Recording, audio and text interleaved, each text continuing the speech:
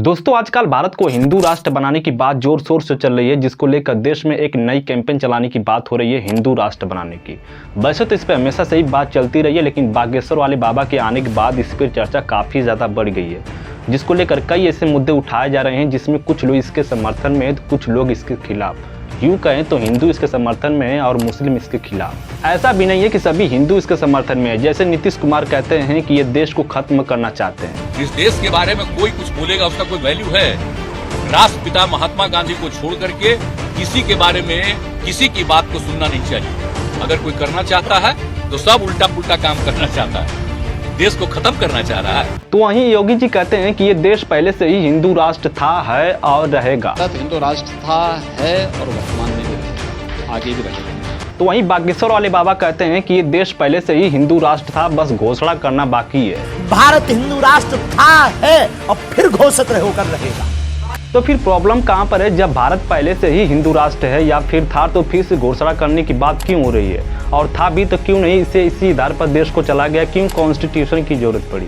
इसे थोड़ा समझने की कोशिश करते हैं और साथ ये भी जानने की कोशिश करते हैं कि इससे क्या फायदा और क्या नुकसान हो सकते हैं। हिंदू राष्ट्र पहले भी था, अभी भी है, अगले भी रहेंगे। न हिंदू राष्ट्र था, न है और न रहेगा। आज के युवा की मांग रोजगार की हो चाहे ना हो, पर हिंदू राष्ट्र के भारत को हिंदू राष्ट्र बनवाओ। क्या बनाना है?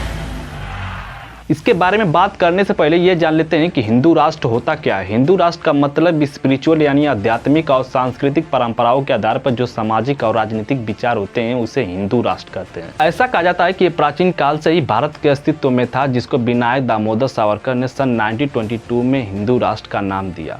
इन्होंने एक किताब भी लिखी, हिंदुत्व कौन है हिंदू, जिसमें हिंदू के बारे में लिखा और हिंदुत्व की विचारधारा को लेकर कॉन्सेप्चुअल रूपरेखा दिया। इनके मुताबिक हिंदुत्व हिंदू धर्म से कई ज़्यादा है और राजनीतिक नज़र से केवल इसे हिंदू आस्था तक नहीं बांधा जा सकता। इन्होंने हिंदू के लिए 3 महत्वपूर्ण मंत्र दिए, राष्ट्र, जाति और संस्कृति। इन्होंने कहा था कि भारत में जन्म लेने के बावजूद भी मुसलमान और ईसाई इन 3 आवश्यक तत्वों को हासिल नहीं कर सकते, इसीलिए हिंदू ही हिंदू राष्ट्र के हैं। तो ऐसे में भारत में हिंदू की जनसंख्या सबसे ज़्यादा है, जिसकी वजह से कई लोग इसे हिंदू राष्ट्र भी कहते हैं। इसके लिए सावरकर का तर्क था कि भारत हिंदुओं की पूरी भूमि है, मुसलमानों और ईसाइयों की नहीं। और ये वो दौर भी था जब हिंदू धर्म में अनटचबिलिटी प्रैक्टिस बहुत ज्यादा की जाती थी, जिसका एक अलग ही असर था, जिसको लेकर सन 1924 में डॉक्टर BR अम्बेडकर जी ने महार आंदोलन की शुरुआत की, जो दलितों के उत्थान और छुआछूत के खिलाफ थी।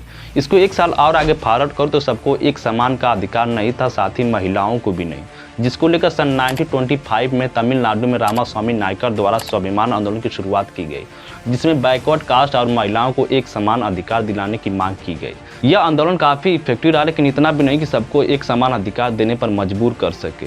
कुछ साल और आगे फॉरवर्ड करो तो सन 1932 में हरिजन आंदोलन की शुरुआत की गई, लोअर और बैकवर्ड क्लासेस को ऊपर उठाने के लिए। इसीलिए कह सकते हैं कि आज़ादी से पहले भारत में जाति यानी दलित आंदोलन ब्राह्मणों द्वारा उत्पन्न घृणा का परिणाम था। ब्राह्मणों के अकॉर्डिंग दलित या लोअर कास्ट को 3 वर्गों की सेवा करने के लिए सौंपा गया, जिसका मतलब ब्राह्मण, क्षत्रिय और वैश्य। उन्हें हायर एजुकेशन लेने का अधिकार नहीं था और सामाजिक, आर्थिक और राजनीतिक स्थिति से वंचित रखा गया। मतलब ऐसी सिचुएशन क्रिएट करना जो अपने आप को बड़ा साबित करे और दूसरों को छोटा। तो ऐसे में एक ऐसी चीज की जरूरत है जो सबको एक समान समझने पर मजबूर करे, जो हर एक धर्म को एक में बांधे रखे, एक दूसरे में भाईचारा बनाए रखे और देश को भी आगे बढ़ाने का काम करे। तो इन सारी खास बातों को ध्यान में रखते हुए इस संविधान को बनाया गया, जिसके आधार पर आज हमारा देश चलता है। जिसमें कुछ साल बाद 1976 में कांग्रेस कॉन्स्टिट्यूशन में एक और वर्ड ऐड कर देता है, धर्मनिरपेक्ष यानी सेकुलर, जिसका मतलब होता है राजनीतिक, आर्थिक और सामाजिक पहलुओं से धर्म को सेपरेट करना, धर्म को व्यक्तिगत रूप से ट्रीट करना। अगर आप एक बार इमेजिन करें कि ये देश संविधान से नहीं धर्म से चलता है तो क्या होता? क्या भारत से छुआछूत दूर होता?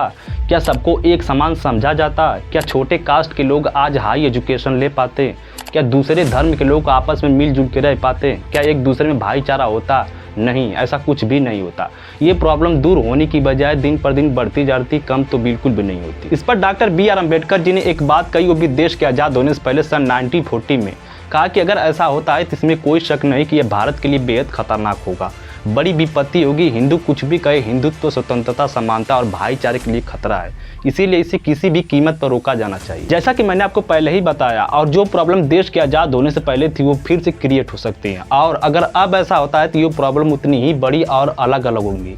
जैसे जातिवाद बढ़ना, अंधविश्वास बढ़ना, रेपिस्ट और क्रिमिनल का बढ़ना, और जो सबसे बड़ी प्रॉब्लम होगी वो धर्म के नाम पर देश का बंटवारा होना, जिससे देश कमजोर भी होगा, टूटेगा भी और तोड़ने की बात भी होगी। इससे होने वाले नुकसान के बारे में बात करने से पहले ये जान लेते हैं कि इससे क्या फायदे हो सकते हैं। कई धार्मिक लोगों का कहना है कि जहाँ पर मूर्तियां स्थापित नहीं होने जाने दिया जाता वहाँ पर स्थापित होगी, और जहाँ पर विसर्जित नहीं होने जाने दिया जाता वहाँ पर विसर्जित होगी। पूजा पाठ में कोई रुकावट नहीं होगी, और जो साधु संतों के साथ मारपीट किया जाता है वो नहीं होगा। पालघर के संतों को बर्बरता निर्दयता के साथ मारना, राष्ट्र बनाना ही आवश्यक है, तभी भारत की है अंदर अंदर की लड़ाई सुन। एक तरफ से देखा जाए तो ये पूरा मामला कानून का है, जिसकी मदद से इसे सॉल्व किया जा सकता है, लेकिन इन सारी प्रॉब्लम का सलूशन हिंदू राष्ट्र बनाना नहीं है। करने वाले फिर भी ऐसा करते रहेंगे, चाहे वो किसी भी धर्म के हो। ऐसे लोग अपने आप को सबसे बड़ा धर्म चिंतक समझते हैं, जो किसी दूसरे धर्म का सम्मान करना छोड़िए देखना तक नहीं मानते। अगर आपको लगता है कि सिर्फ हिंदू धर्म और मंदिरों का अपमान किया जाता है तो ऐसा भी नहीं है, दूसरे धर्मों का भी अपमान किया जाता है, जैसे इस वीडियो में देखिए।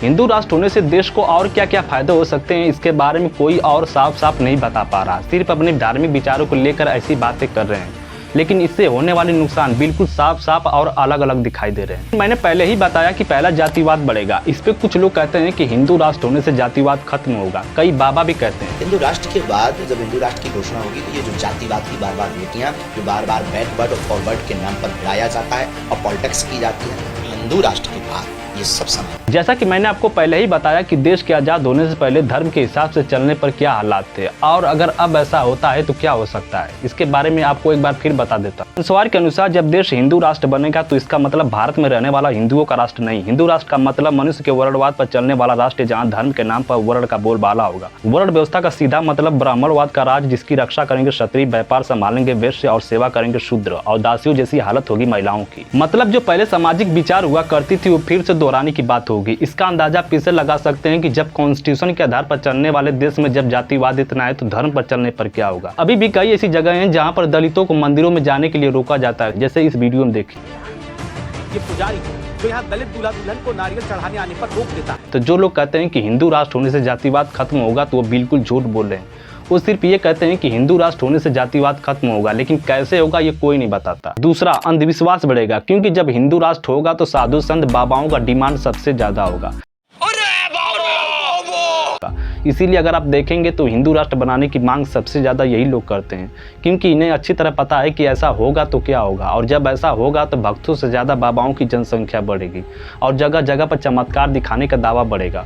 जो जितना चमत्कार दिखाने का दावा करेगा वो उतना ही महान कहलाएगा। और साथ ही साथ रेपिस्ट और क्रिमिनल भी बढ़ेंगे, क्योंकि आजकल के इस दौर में बाबाओं के रूप में ज़्यादातर यही लोग तो घूम रहे हैं, और जब कभी गलत करते हुए एक्सपोज होते भी हैं तो इसे कुछ और ही कहकर साबित करेंगे। जैसे दिल्ली में एक बाबा वीरेंद्र दीक्षित एक 14 साल की बच्ची को अपने पास लाने के लिए रात को 11 बजे अपने असिस्टेंट को भेजते हैं, ये कहकर कि बाबा उसे अकेले में आशीर्वाद देना चाहते हैं। और होता क्या है इसका अंदाजा आप लगा सकते हैं। और जब वो पुलिस कंप्लेंट करने के लिए कहते हैं तो बाबा के लोग कहते हैं कि तुम्हारा सौभाग्य कि तुम्हें बाबा का आशीर्वाद मिला, ये सोचो कि तुम्हें भगवान ने खुद छुआ है। और इसका इफेक्ट स्टूडेंट्स पर भी पड़ सकता है, क्योंकि जब ऐसा होगा तो बच्चे पढ़ लिख कर डॉक्टर, इंजीनियर, साइंटिस्ट और बिजनेसमैन कम बनना चाहेंगे, तंत्र विद्या सीखकर बाबा ज़्यादा बनना चाहेंगे, जिसका असर देश के इकोनॉमिक पर भी पड़ सकता है। और तीसरा, जो सबसे बड़ी प्रॉब्लम होगी वो धर्म के नाम पर देश का बंटवारा, जिससे देश टूटेगा भी और तोड़ने की बात भी होगी। जैसे हिंदू राष्ट्र की मांग इसलिए कर रहे हैं कि कोई हिंदू है, तो मुस्लिम है तो मुस्लिम राष्ट्र की मांग करेंगे क्योंकि वो मुस्लिम है, और इस पर कई बार ये मुद्दा उठा भी है।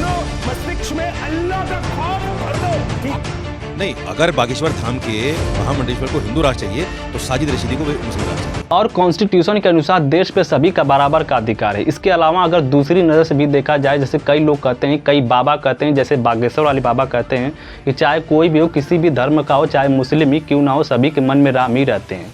इस नज़र से भी देखा जाए तो सभी का बराबर का अधिकार है। आपको एक एग्जाम्पल के अनुसार समझाने की कोशिश करता हूँ। जैसे राहुल और राजू 2 भाई हैं, दोनों के पिता एक ही हैं, जबकि राहुल के 2 बेटे हैं और राजू के 1। तो अब ऐसे में राहुल और राजू के पिता बंटवारा करेंगे तो दोनों भाइयों बराबर, ना कि राहुल के 2 बेटे हैं तो उसको ज़्यादा और राजू के 1 तो उसको कम, जबकि सबकी जड़ एक ही है। तो अब ऐसे में हिंदुओं की जनसंख्या ज़्यादा और मुसलमानों की जनसंख्या कम, इससे कोई फर्क नहीं पड़ता। फिर भी मान लेते हैं कि हिंदुओं की जनसंख्या ज़्यादा होने की वजह से हिंदू राष्ट्र हो जाता है, तो क्या होगा?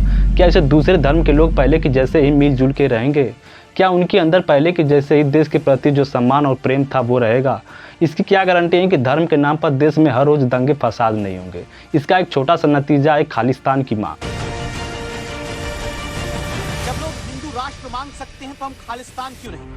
और इसकी क्या गारंटी है कि देश के प्रति जो प्रेम है वो नफरत में नहीं बदलेगी? और अगर दुर्भाग्य से ऐसा होता है तो देश को अंदर ही अंदर तोड़ने की बात होगी। देखा जाए तो सिर्फ एक ऐसा फैसला जो इतने सारे और बड़े नुकसान के कारण हो सकते हैं। तो अब ऐसे में सवाल ये उठता है कि इन सारी प्रॉब्लम का सॉल्यूशन क्या है? तो इसका एक बड़ा ही सिंपल सॉल्यूशन है कॉन्स्टिट्यूशन। मतलब देश को कॉन्स्टिट्यूशन के आधार पर चलने देना चाहिए।